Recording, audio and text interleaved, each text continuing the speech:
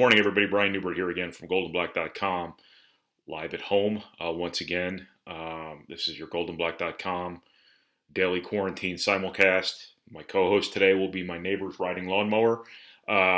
This is brought to you by Purdue Bookstores, Purdue Federal Credit Union, the 6th Street Dive Restaurant, First Source Bank, East End Grill, and the Charters Team Remax Ability Plus.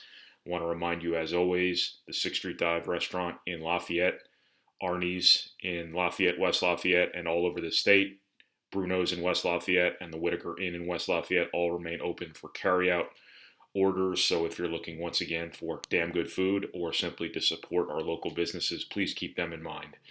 The 6th Street Dive Restaurant, Arnie's, Bruno's, and the Whitaker Inn. I want to remind you also, if you're accessing this via YouTube, please subscribe to our channel. Once the world starts spinning again, there's the riding lawnmower.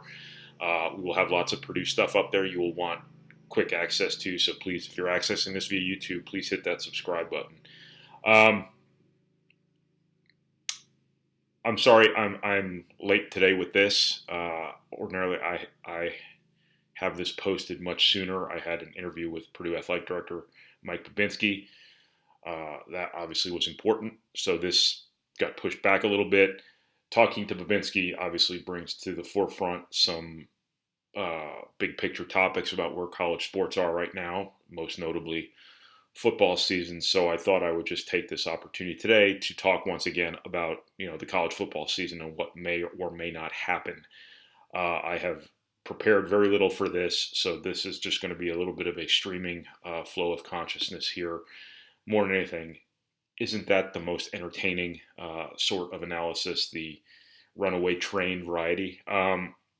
I watched the NFL draft last night, as I'm sure a lot of people did. I haven't seen any numbers yet, but I would imagine America's thirst for any sort of original sports programming, any sort of event-based sports product probably led to some pretty astronomical ratings.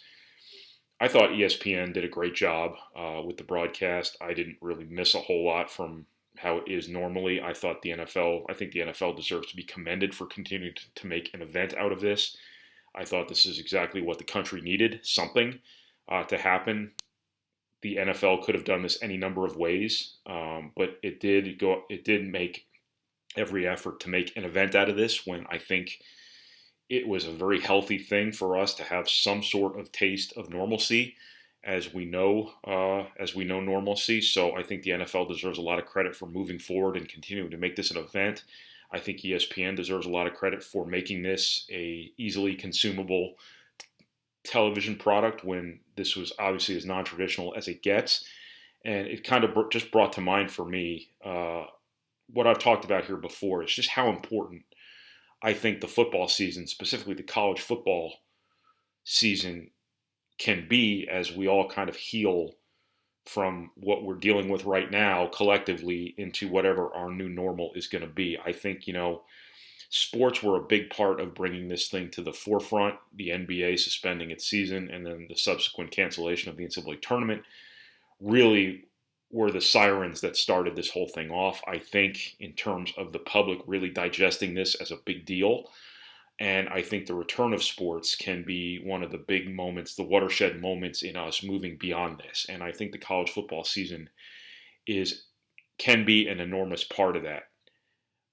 I have a vested interest, obviously, in the college football season. My line of work depends on it. You have a vested interest in the college football season in the sense that you obviously are invested in it as well. Putting all of that aside, putting all of my personal preferences and potentially biases aside, I have always been of the opinion, and this is not exactly the hottest of takes here, that I think every stakeholder involved in this, whether it be governmental, whether it be higher education, whether it be the athletic departments themselves, I think every effort must be made to have some sort of a college football season. I think the country needs it. I think it can be a really positive thing as we get through this. I think obviously it is not a simple matter, but I think, we have smart people working on this. We have motivated people working on this, and we are America, damn it, and we can figure it out.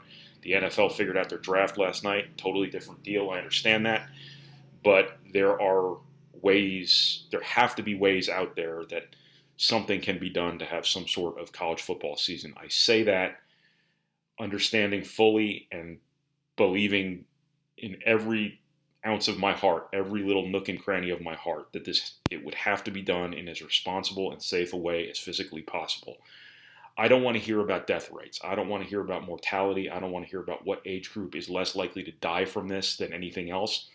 The death of the infected is not the only negative outcome in this. There are negative outcomes all over the place. I know a guy who was in a medically induced coma who lost probably 20% of his body weight to this and now has to pay for it. He was breathing through a freaking machine for I don't know how long. And that is not a positive outcome, guys. And now he and his family have to pay for it. The economic ramifications of such things matter. That is a negative outcome. So I don't want to hear about how young people are less likely to die from this than other age groups. Young people can give it to people who are more likely to die. This is not as simple as, will college football players die from this if they go play and get infected? I don't want to hear about death rates. I want to hear about safety. And obviously everybody is going to have a stake in keeping people safe if there are college football games to be played. Obviously, the groundwork is going to have to be laid in terms of have to have testing, have to have widespread testing. I think that is a given. There's going to have to be extensive new medical protocols involved. Oversight is going to have to be through the roof. Obviously, conceivably the college football extravaganza is going to have to be scaled down to a certain extent. If the stands are empty, maybe people can go sit in the stands instead of on the sidelines. Maybe people can be up in the press box. The medical oversight would have to be aggressive, shall we say, clearly. There would have to be an opt-out of some kind for potential participants who would not be comfortable if there are concerns. The question of whether or not college football can be played if school isn't physically open. That's where it's like, why not? School is online. School can be a lot of different things. You know how they say age is just a number? Well, school is just an experience, and experiences come in a lot of ways. I know online school is not the same as physical brick and mortar school, and a huge part of the college experience is being around other people, being out in a community, being part of a community, not being tied to a laptop or an iPad. But that being said, I do think online school is school, and if school is going on, school is in session. I don't see why, you can't have a percentage of your population in place. I have some ideas on this in terms of an infrastructure for how a major university could go about things, perhaps taking turns who's using campus what semester and what schools or academic programs are online that semester, and then flip them that way. You kind of make your population a little less dense. You spread out your facilities.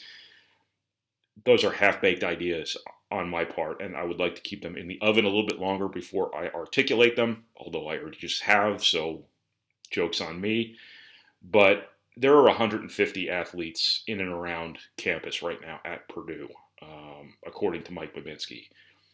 That's a football roster. I understand there's dozens and dozens of other people who go into, putting on a college football team. I know there would be a volleyball season, there would be a cross-country season, there would be a soccer season in time. If there are 150 people right here now, if you can push that number to 250 conceivably, thin out your density a little bit on campus. If you can boil things down to essential versus non-essential, and you can designate athletes as essential, there are workarounds here that smart and creative and motivated people, I'm sure, can come up with. I am not necessarily any of those things, but it does seem like there's a solution here if people look hard enough, and everybody should have more than enough reason to look hard enough. At the end of the day, look, this is a public safety issue. This is a public health issue. But this is also an economic issue. I know people are really hurting economically. I get that. I don't believe we can rush into something at the risk of making it feel worse or making it worse. Nobody wants the economy shut down. Nobody is enjoying this. I do think from a college football perspective, it matters. I don't think anybody here is sitting here and thinking that, coaches who make $4 or $5 million a year are really the victims here, more so than people who work in factories, people who own restaurants, whatever it may be. This is devastating economically, devastating.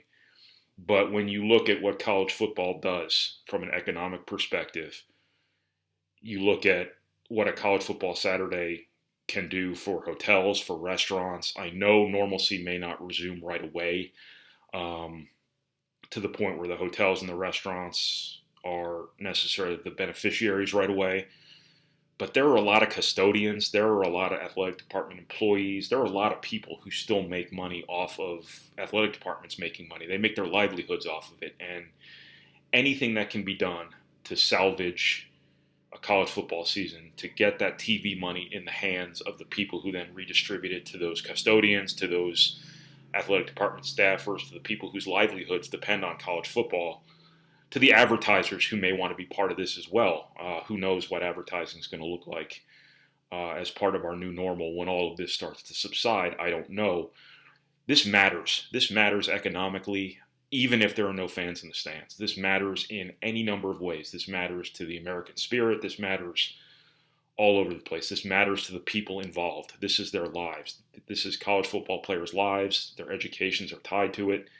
This matters. College football matters. It is not a luxury. It is not a niche. It is a part of our economy. And I think that it is really important that some sort of college football season take place. Obviously, it is not going to be traditional, potentially, in terms of there being 80,000 people sitting hip to hip in stadiums. It may not be traditional in terms of any number of aspects of this. It may not be a traditional calendar. It may not be a complete season. Who knows?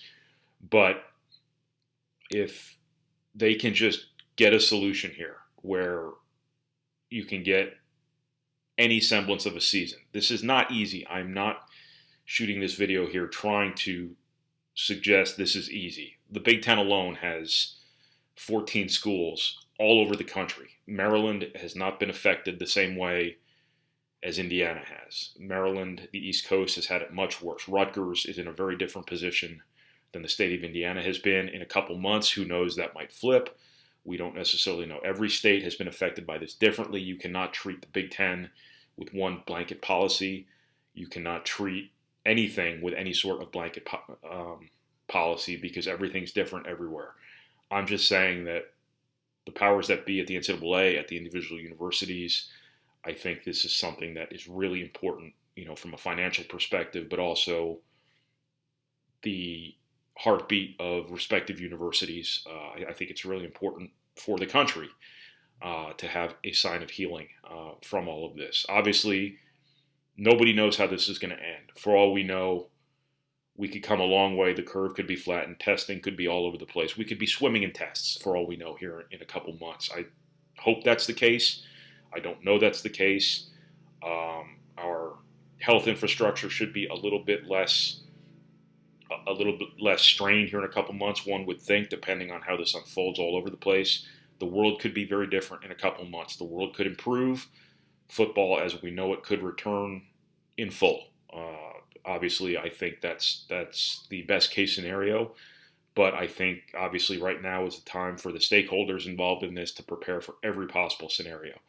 And finding ways to prepare for the worst case scenario and do it in as safe and responsible a manner as possible, understanding that we can't just look at this like college football players are unlikely to die from this, so they're fine to play. I think, there's all sorts of nuance involved in this that has to be considered. There's any number of green lights that have to be illuminated for this to happen. It's going to come from the federal government. It's going to come from the state government. It's going to come from the NCAA. It's going to come from the individual universities themselves, not all of which are on the same page in terms of how their communities have been affected. But I think, Dr. Fauci said a while back that I think baseball games can be played as long as the players can be quarantined and there are no fans in the stands. Great. So that's at least one indication from at least the federal level, from an expert medical level, that there is hope alive. And I think once hope is alive, hope needs to be explored in every way, shape, or form from here on out, because these universities need college football. America needs college football. A lot of people need college football, and it's more than just a game in that sense. I think the NFL draft last night was a wonderful thing, because we have been starved for any sort of glimpse of life as we previously knew it, and that's exactly what that was. I understand the draft is a different deal than getting a few hundred people into the same facility to execute a college football game, but I think there are probably some compromises here to be found by those who look hard enough, with enough motivation, enough will, enough ingenuity, and I think now is the time for those very people to be coming up with every plan under the sun to find one that is viable. It may be impossible. I don't know. If it is at all possible, it needs to be made to happen. That is my opinion on the matter. Obviously, I'm a stakeholder in college football, so take that for what it's worth in the interest of full disclosure, but that is my take on the matter. This is a topic we will continue to cover from here on out, obviously, but that's basically what we got for this point in time. There's really no known here, but hopefully at some point in time there will be.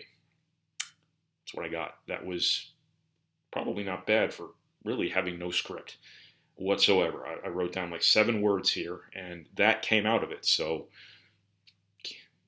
can't say that turned out all that bad. Can't say the riding lawnmower outside was really much of a distraction either. So that's what I got. Thank you, everybody. I will have all sorts of stuff at goldenblack.com next week from my conversation with Mike Babinski just now on this very topic and a lot of others. So please stay tuned to goldenblack.com.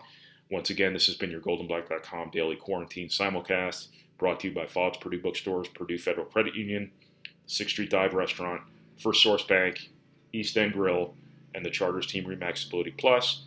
Want to remind you once again, if you're looking for a damn good dinner or just to support our local businesses, please keep in mind the 6th Street Dive in Lafayette, Arnie's in Lafayette, West Lafayette, and all over the place, Bruno's in West Lafayette, and the Whitaker Inn in West Lafayette. All of them remain open for carryout orders, and I'm sure they'd love to hear your voices. So for Brian Neubert from goldenblack.com, as well as the riding lawnmower next door, this has been your goldenblack.com Daily Quarantine for Friday.